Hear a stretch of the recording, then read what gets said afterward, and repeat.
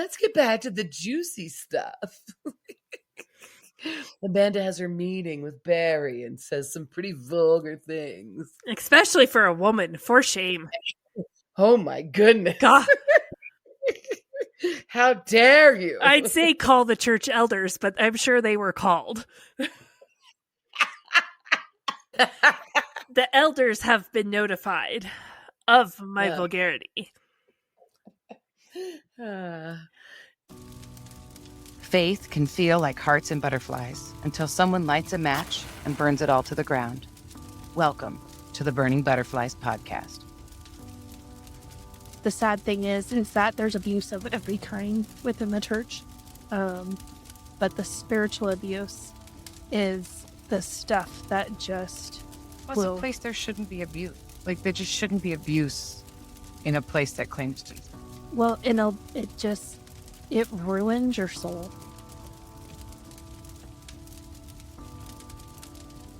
If you're new here, we suggest listening to our prologue episode first. This is the story of two women's journey through toxic church culture and spiritual abuse, all while finding healing in the end. Sometimes it's just the facts, and if you get offended by it, that's a you issue. And if we can't be mature enough to have these conversations, even if some of the topics are difficult, then shame on us.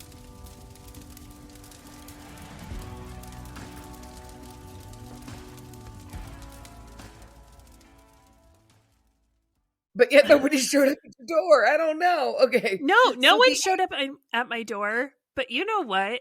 I don't think any of them had the balls to.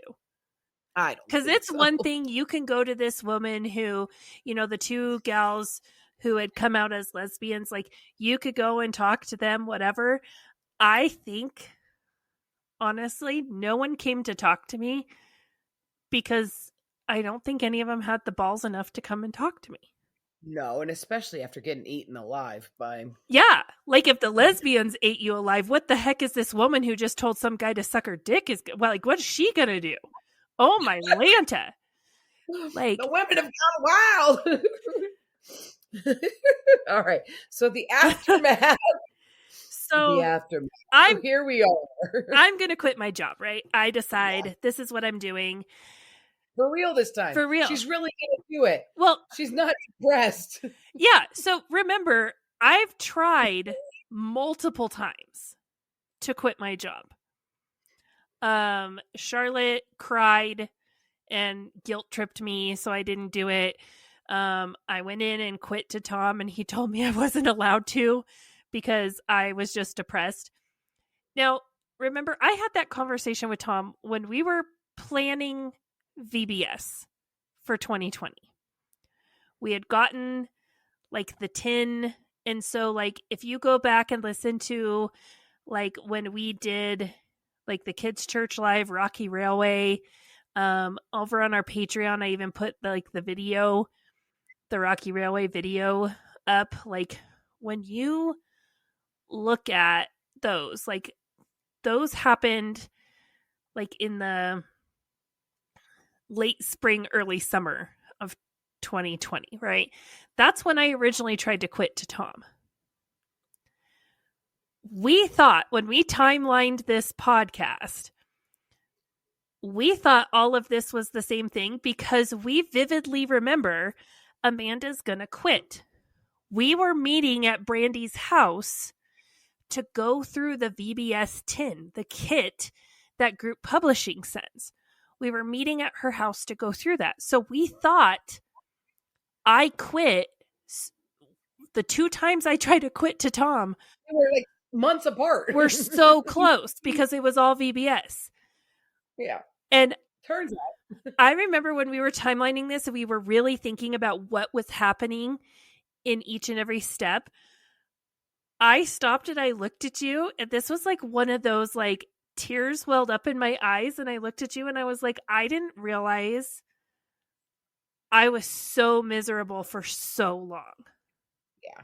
Like that is so, even still now, like that is so sad to me that I didn't have enough respect for myself to have those boundaries, that Yeah. I was that miserable for that long. Yeah. Because now we're in February. Yeah. So it was damn near a year that I was so miserable. And so in February, Brandy gets the tin of, here's the new VBS kit. They send it to us because we were one of the few churches who actually did VBS in 2020. We put it online. They shared stuff. We were getting all these views.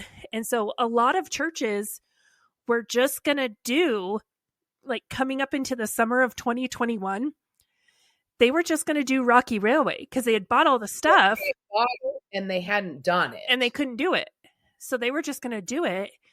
So group publishing was in this limbo of like, well, we've already produced stuff, but half the churches aren't going to use this year's stuff. They're going to use last year's stuff. So they sent us a kit and we're like, hey, you're one of the few that are going to do the new thing, right? Yeah.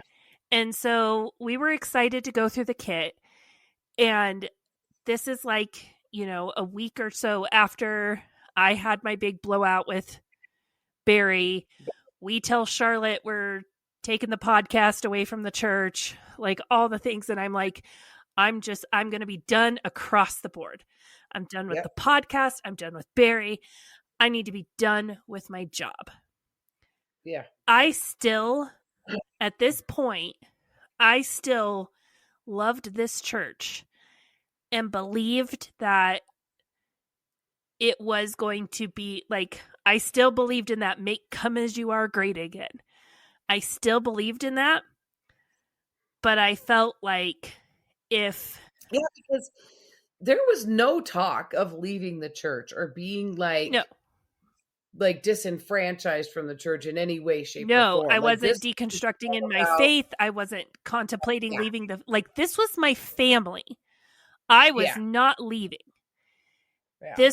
I felt like if this is the direction that God is showing Tom we are going to go, I don't see it. So if I don't see it, I should not hold position of authority within the church. Right. And that statement right there becomes a theme. Yeah. Like as we go forward within our group, I would say of that, like of us starting to understand that, like, up until this point, we had seen everything that Come As You Are was doing. We saw God in it. Yeah. Like we were aligned, whether it was like, yeah, I could see God in that. You know what I mean? Like, that's a great idea. Oh, I see God in that, right? I could see God doing that. Yeah. Yeah. Like, we never questioned whether we saw God in anything, I guess I should say. Yeah. Like, we were thoroughly convinced that what the church was doing is what God was doing, and we aligned ourselves before, after, in the middle, during, at some point with the vision of Come As You Are. And this is the first time that anyone out of the three of us had the wherewithal to say, the church is going in a direction and I see God moving over here in a different direction. Yeah. And that lingo is going to become very important as we move along. But it's just, this is a very big, like, crux in the story, because this is the first time for you, like 20 something years, for me, quite a few, 9 years at this point, 10 years at this point, like, where that is going to become like that there's a divide between where we see God going and where the church is going. Yeah. So I just feel like, we still have no concept to leave. Yeah, no, I'm not going to leave the church. This is my home. I love my family. I do not see God moving in Barry. And so if I don't see it, God must have shown Tom something. If I don't see it, I need to remove myself from all authority. Yeah. And so we're sitting at Brandy's house, you, me, and her, and we're going through the VBS stuff. And and we're having really in-depth, deep conversations of pure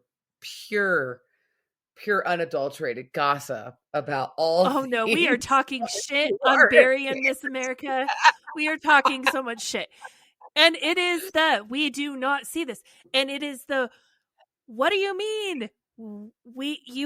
Women can't listen to us because you don't know if we're preaching godly things, but you're letting a man who had never read the Old Testament before preach. Like, what do you mean? And so, like, we are shit talking 100%. And I decide, you know what? Quitting in person isn't going to work because Tom's just not going to accept it. I'm going to go in there. I'm going to say I quit. And he's going to just be like, I'm depressed or some other thing, right? I'm mad about my podcast or whatever. So I decide I'm going to send an email. So I draft an email. You girls help me draft it. Yep. I put in there that, I do not see this. So if I don't see this, I need to remove myself from authority until God shows me this is still my church home, blah, blah, blah, but I can no longer be employed at the church. Yeah. I don't just send it to Tom. I send it to our newly appointed elders. So the whole pastor team and pretty much anyone on leadership gets my email. Because I'm like, well, you can't pretend I didn't quit if I send it to everyone. Everybody, I remember that. So I send it, and within minutes, Tom calls me. Yep. And is like, can you come down here? Yep. And so I leave Brandy's, and I go, and I talk to Tom, and he tries to talk me out of it, and I stand firm. And basically, I feel like us quitting the podcast under the church's umbrella of authority with Charlotte was kind of like a dry run for me for this conversation with Tom, because I took elements of that and I took elements of my email and I just was like, I can't. I just can't. That's such a big deal. And like for us to work up the nerve of like, we planned every moment of when we were going to talk to her. We were going to do it in pseudo public. Like we did it at a women's event in the kitchen. Like you never even went to women's breakfast in years and you showed up with me. So that we could talk to her. Yeah. We had to talk to her in private in the kitchen. But while there were other women, like that was our protection against God knows what. I don't know what. So she couldn't flip her shit on us. Yeah. Yeah. So, I mean, that was a huge, big deal, but it also was a confidence booster. Yeah. So, I talk to him, and it ends, and it ended so weird that, like, I showed back up to Brandy's, and you guys were like, how'd it go? And this is another reason why we got so confused with the timeline, because this is what happened last time. We were at Brandy's house talking about BBS. I was late because I went to quit, and I walk in, and you guys were like, how did it go? So I walk in, and Brandy's like, tell me you're not depressed again. And I'm like, no. Like, it's weird. Like, he seemed like at peace with it. Like, so very not Tom. And so it caught me off guard of how content he was with this. And so I kind of like, in my Kool-Aid drinking state, I was like, oh, God must have affirmed it to him. Like, which is really I'm so stupid. But I was like, oh, God must have affirmed it to him. And then we start talking, and we're talking about, why do we care so much about what he thinks? Why was this such a big deal? This is so stupid. And we're like having this deep, intense conversation in Brandy's living room. Yeah. And she gets up to walk into the kitchen, and the most nonchalant way just goes, well, it sucks for all of us because all three of us have daddy issues. And then just walks into the kitchen. was getting up to go refill. Like, you want some more coffee? Yeah, it's because we all have daddy issues. Like, mic drop moment.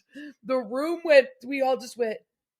Oh. Me and you like stare at each other, just dumbfounded. And Brandy just goes and gets more coffee and comes in, and we're all like, holy shit. And she sits back down like nothing happened. And you and I are like having this profound moment of like this, the way you were like, huh? Oh, she's like, my gosh. Like, so if you go back and you listen to our origin story episodes, and we talk about like what led us to like follow Tom. Yeah. All of that reflection started in this moment when Brandy's like, we all have daddy issues. And you and I are like, holy shit. Oh. Well, I mean, I knew that, but like, I mean, like, it all just started to unravel in that moment. It was like, what? That was a crazy moment. Yeah. So yeah, we finished going through VBS stuff. The next day, I go into the office and I have to tell Lori, and Lori cries, and I tell Twyla, and Twyla cries. You know, Barbara Jean didn't care so much that I was quitting. She could give two shits, you know. But like Lori and Twyla were very upset that I was quitting. And, you know, I started going through with Lori, like, here's what I do, you know, here's stuff. I had kind of started training her on some things, you know, in preparation because I knew I was going to quit. I just didn't tell her. So now it was like all the things I do. And Miss America walks in and goes into Tom's office, and Tom and Miss America have a meeting. And then pretty soon Tom calls me in. Yeah. And basically we sit down, and he tells me that all of the website, social media, all of that, Miss America's going to take all of it over. She's going to do all of it. And I said, okay. So if you're going to do this, essentially in a very like uber hearts and flowers, oozing with kindness and love, and like I walked on eggshells, but in the most loving way, I pretty much told her, you're going to have to grow a pair. Yeah. Because if you think I'm mean, girlfriend, you have never been yelled at by Tom. So if you think that you're going to do this, and you think me calling you and saying, hey, you changed the color on the church logo, can we not mess with our branding? Can you please use the logo that I sent you with the colors that I sent you? And you cried because you thought that I was being demanding. If you think that was mean, I genuinely was concerned for her. Like, you're not going to be able to handle this. Yeah. And Tom, it was weird because in that meeting, it was like a duality of him, of like, I got this like, oh, yesterday when I was in here, it wasn't confirmation that you got from God and you were at peace with me quitting. You were fine because you knew you were already going to put Miss America in this position. Yeah.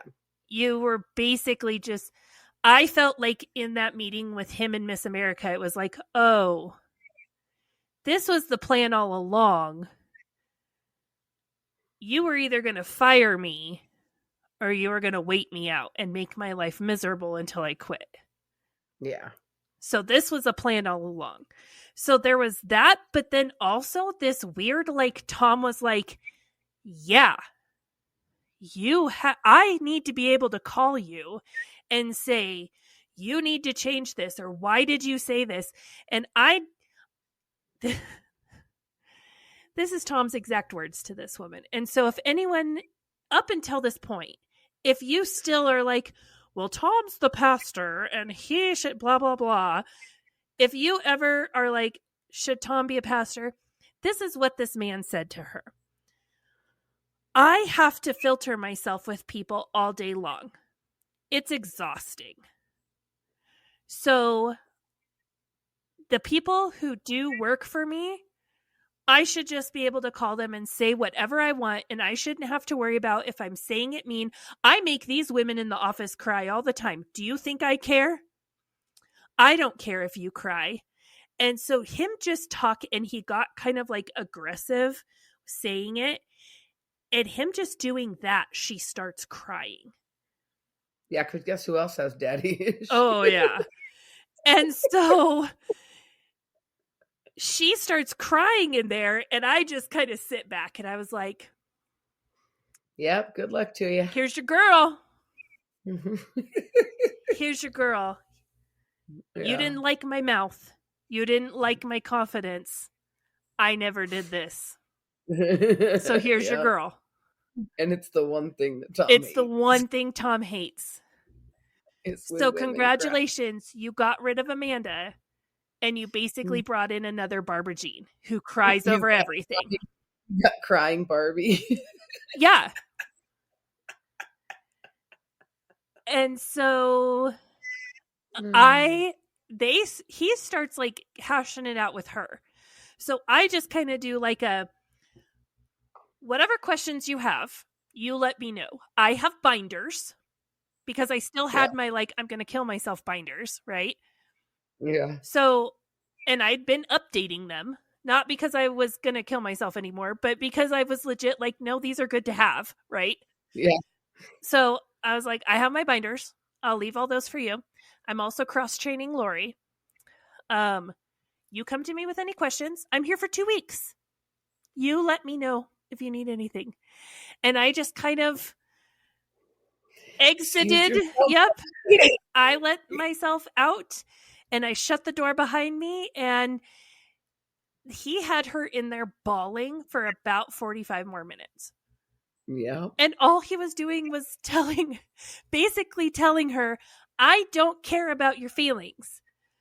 I don't care if you don't think I'm loving. I don't have the time. I don't have the patience. I don't have the energy to try to filter myself for you. Could you imagine if I ever said that to a woman in women's ministry? Yeah. I was never allowed. I was never allowed to be snippy. I was never allowed to have a bad day. I was never allowed to not have time for someone. Yeah. In women's ministry, you had to be on 100% all the time. It didn't matter if Froggy just tried to freaking choke you out. Yeah. And somebody called, you have to be on it. Yeah. But yet the pastor can sit in his office and have a woman in tears and basically be like, fix it. Stop crying. Yeah, it's a you problem, not a me problem. Yeah. And I remember walking out of there and being like, she wanted this so bad. And she's going to hate it. Like, I felt bad for her. Yeah. Because I was like, you have no idea. You have no clue. So I kind of leave it, balls in your court. You let me know if you have, any questions. And I go through my 2 weeks. We get down to, I had done 1 full week, and we were getting into the second week. And it was like Tuesday, and Tom calls me in and finally addresses my conversation I had with Barry. And at this point, we're like a month after the fact. Yeah. Over a month after the fact. And so he's like, well, I feel like you need to apologize to him. And I was like, I'm not apologizing him for anything. And so I laid it all out to Tom. I was like, look, this is what this man has said. All the things I had said to Old or Reliable that day when I cried to him, I laid it all out to Tom. He said they had never done church before. He said, he had never read the Old Testament before. He said all of these things. He said he's a chiropractor. He's not. He said he's a doctor. He's not. And FYI, they don't tithe. And he goes, yes, they do. They tithed $5,000 last year. And I said, no, Tom. He, quote unquote, sold his practice to leave it all behind, the high-paying, highfalutin life of a doctor, left it all behind to live this lowly life called by the Lord to be a pastor. He sold his practice, and you chewed his ass for not tithing, so he wrote a check one time for $5,000. $5,000 for 1 year. Is that 10%? Is that 10%? Because you've been on my ass about what I'm tithing. I'm tithing my 10%. I have had papers thrown in my face, and he screamed at me about Bill Nye the Color Guy not tithing 10%. Yeah. Like, Barry and Miss America wrote one check one time.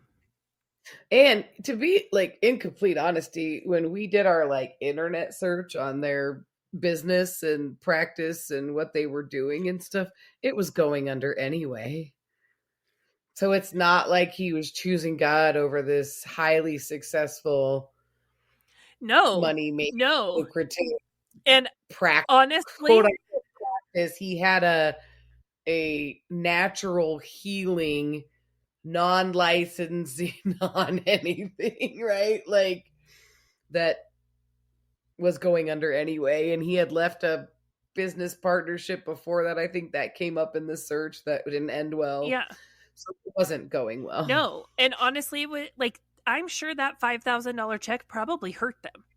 Like that was probably a big, like, hard thing for them to do, was to write that check. But he had to prove himself to Tom. Yeah.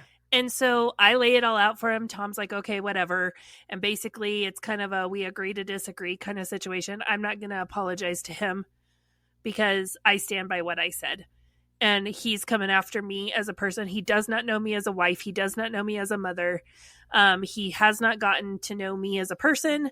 He has nothing to say about my faith.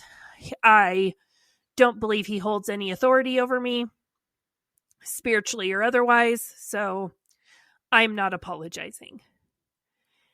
And I went back to work. I was working with Lori on some stuff, showing her how to do some things. And about an hour later, Tom comes in and he goes, I think we got it from here. So if you just want to take your stuff and go home, I think now's a good time. So because I didn't want to apologize to Barry, I didn't have to finish out my 2 weeks. I loaded up my stuff and I left. And about 2 weeks later, my middle son, his appendix ruptured over the weekend. Long story short, I can share more of this entire story over on our Patreon. But long story short, his appendix was flipped upside down. So it's not like in the typical spot that if someone's having appendicitis, you would think that his appendix would be. And so I honestly thought he had a hernia, and we took him into the emergency room just because he was in a lot of pain, and his appendix had completely ruptured. Like it was bad. He almost died. It was the most awful thing I've ever gone through as a mom. And we did 10 days in the ICU. And then we did almost 3 weeks at home with a wound vac. And in that time, no one from the church cared. Like, I mean, I had Brandy is the only reason I made it through that. She took my other kids. She made sure they got to school. Like, my mom and my husband's mom, helped when they could. But like, Brandy was that.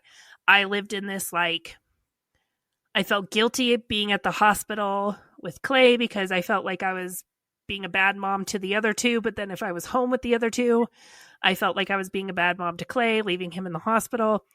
It was a whole thing. And I'll go more into that over on our Patreon. But we sent out a message, hey, this is what's going on. Emergency surgery, it's bad. Like, when I say he almost died, that's not an exaggeration. Like, it was bad. And yeah, there wasn't any like normal response from the church either. Like Tom didn't call me. He called Justin and basically was like, yeah, you know, Charlotte's got some health problems and, you know, power through, be a man, God and Jesus. And, you know, that's it. We didn't have, you know, the hospital visitation team come to visit us. We didn't have the prayer team, you know, send us cards. I don't even think there were like messages or anything. Oh, wait, you were the person who did all that. Yeah. I didn't. You didn't. There was, that's right. There was no text. Nope. There was no text. There was, yeah. There was nothing. There was nothing. There was nothing. Brandy had kind of mentioned in a couple Bible studies that she was in what was going on. And there were some people who were like, let's do a meal train. Let's, you know, and, you know, so a little bit of that, but nothing, you know, nothing crazy. I felt completely abandoned. I felt like, this is my family. You have told me for 20 years that you love me more than my earthly family ever could. You love me more than, you know, my blood family ever could love me. You're here for me when, you know, whenever they're going to let me down, you're here for me because, you know, we have this eternal, you know, kingdom level bond. And where the hell are you? Right. Like, I'm struggling. I even did like some like Facebook lives with our podcast. So I knew Charlotte saw it, of me like from the hospital talking about my struggle of like, this is what I'm going through as a mom. And this is my spiritual struggle right now. And I'm really having a hard time, and nothing. Yeah. Charlotte never talked to me. She never reached out. Nothing. Until we got home from the hospital. So after 10 days in the ICU, we come home on a wound vac. We come home, and the next day it snows something ridiculous, like 4.5 feet of snow. We lose power. My husband has to drive through a blizzard to go get a new generator because our generator dies in the middle of it. And his boss gets a generator from work and meets him halfway in a blizzard for us to have power to hook Clayton's wound back up. Like, we're not worried about heat or lights or cooking or anything like that. Like, we can operate a wound vac. We can camp. We got it covered. Like, we're trying to keep him plugged in, you know, a medical device plugged in. Like, we go through all of that. We finally dig out from the storm. And after about a week, Charlotte texts me and asks me if we're coming back to church. Yeah. And I said, well, we're going to need some time. Yeah. And she's like, well, it's been 3 weeks. Yes. Yeah. And you know that text had nothing to do with like caring about anybody in your home's medical but level of care. 2 of those Sundays we were in the hospital. Right. And then this last one we were snowed in. Like, we need him. Like, he has a wound vac. Yeah. No, her text message was all about like her little timer went off because you quit your job and then that happened. She's not thinking about the medical emergency you got through. She's thinking, oh no, you're leaving the church. No. That's why she texted you. You know why? Because no one cared to say anything to anyone.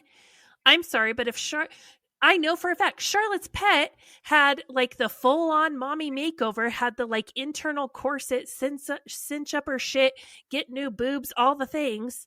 And she got like this really bad staph infection from all of it. We were praying from stage for that woman for weeks. Yeah. Anytime the old lady, remember the old lady who had like 14 heart attacks and was like on the verge of death all the time? We prayed for that woman all the time.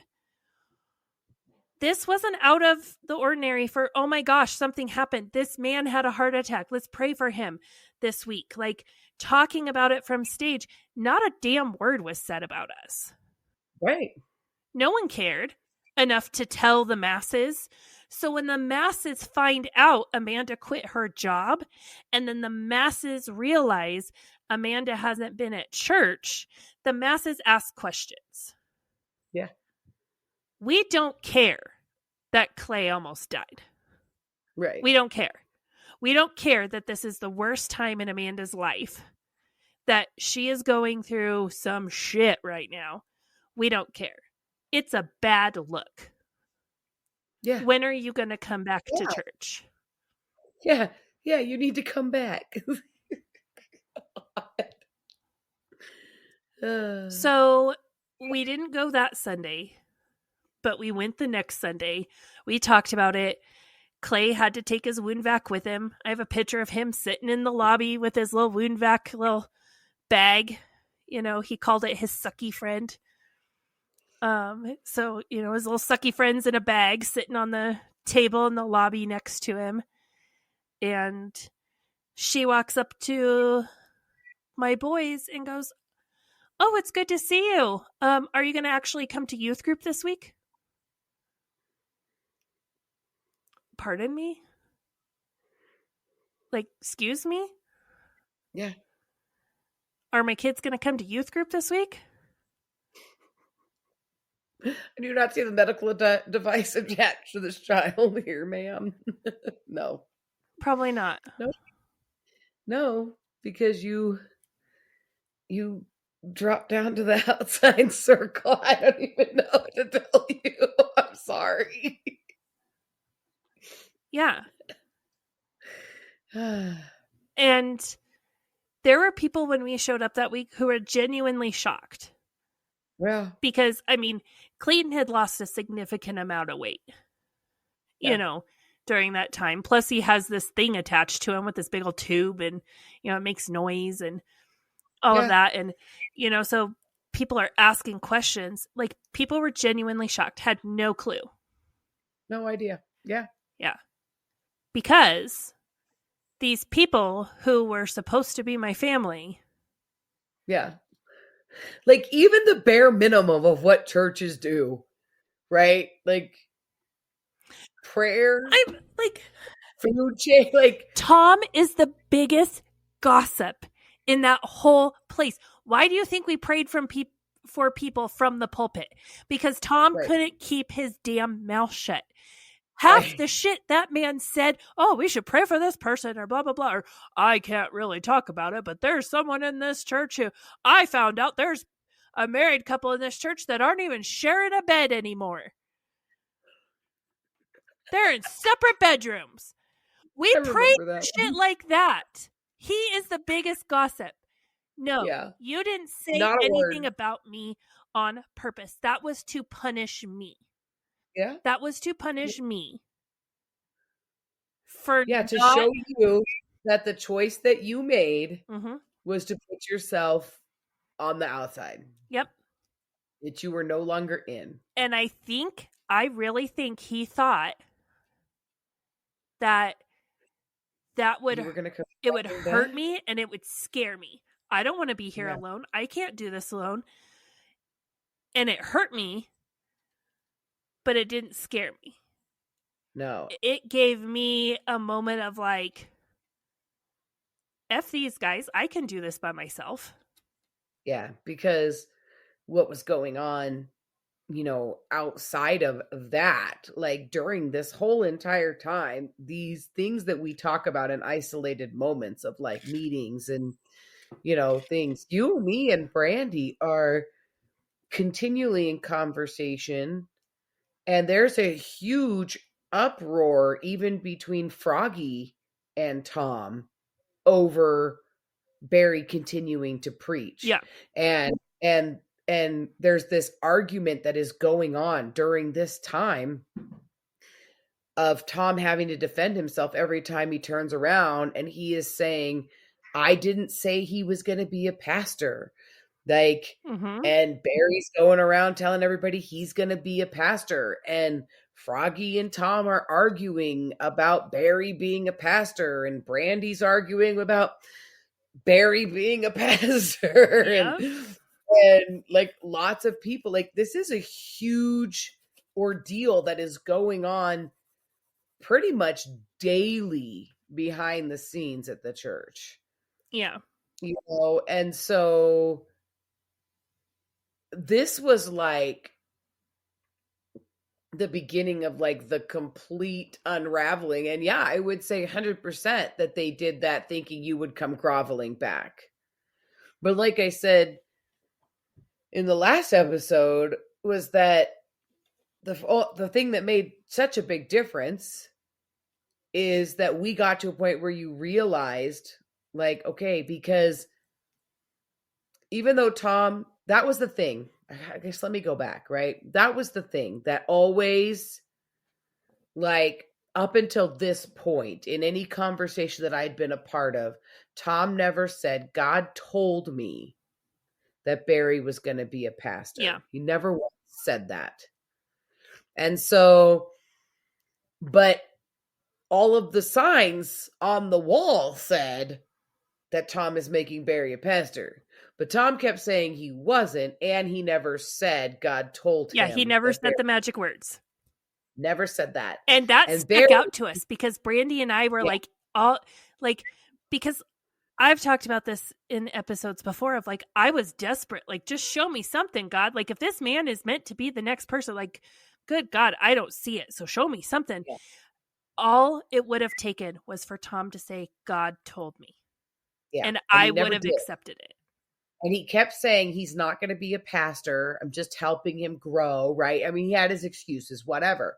But all the writing on the wall kept saying, like, that God showed Tom that Barry was the next like, we could see it happening live, but the words weren't being said.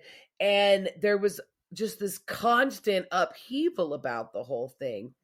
And what I had said in the last episode was, this was the first time that we had all come to, and you started in that statement of saying, like, if this is the direction that God is taking the church, we were questioning, why do I see God doing something different, right? How is it that I don't see it, right? And so that's huge, right? And I think that was probably more of the question is like, okay, all this time I felt like I was seeing God, and that God was doing all these things that this church was doing. And now all of a sudden the church is doing something and I don't see God in it.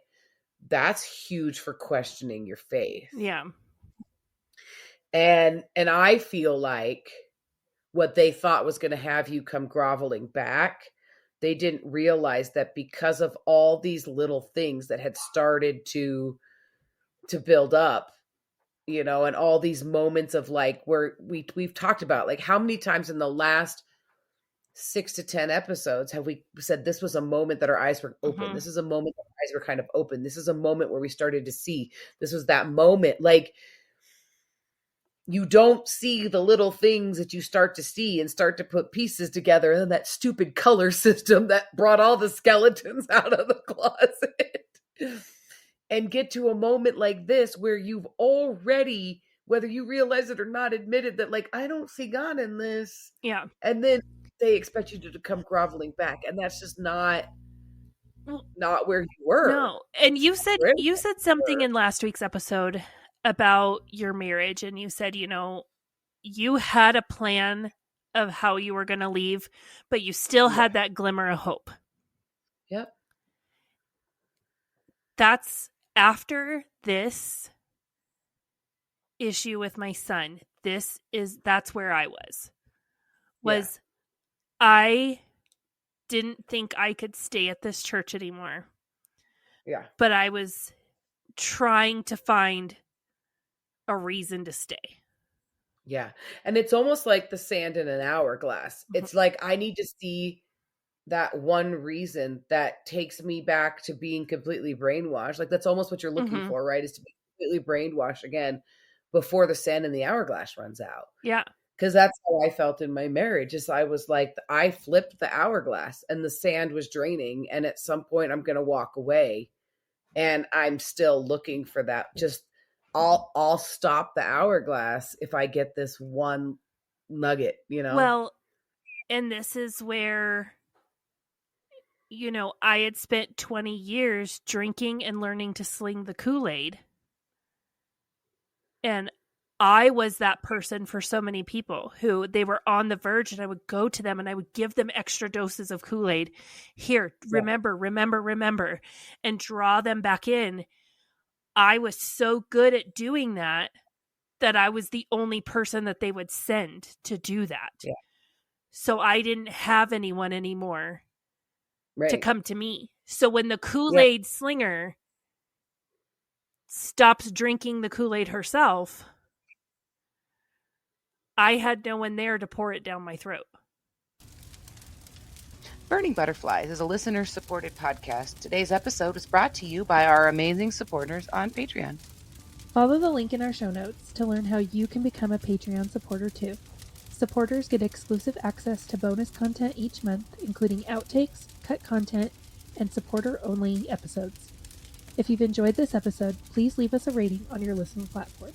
Burning Butterflies is a production of Asha Media. Thank you for listening.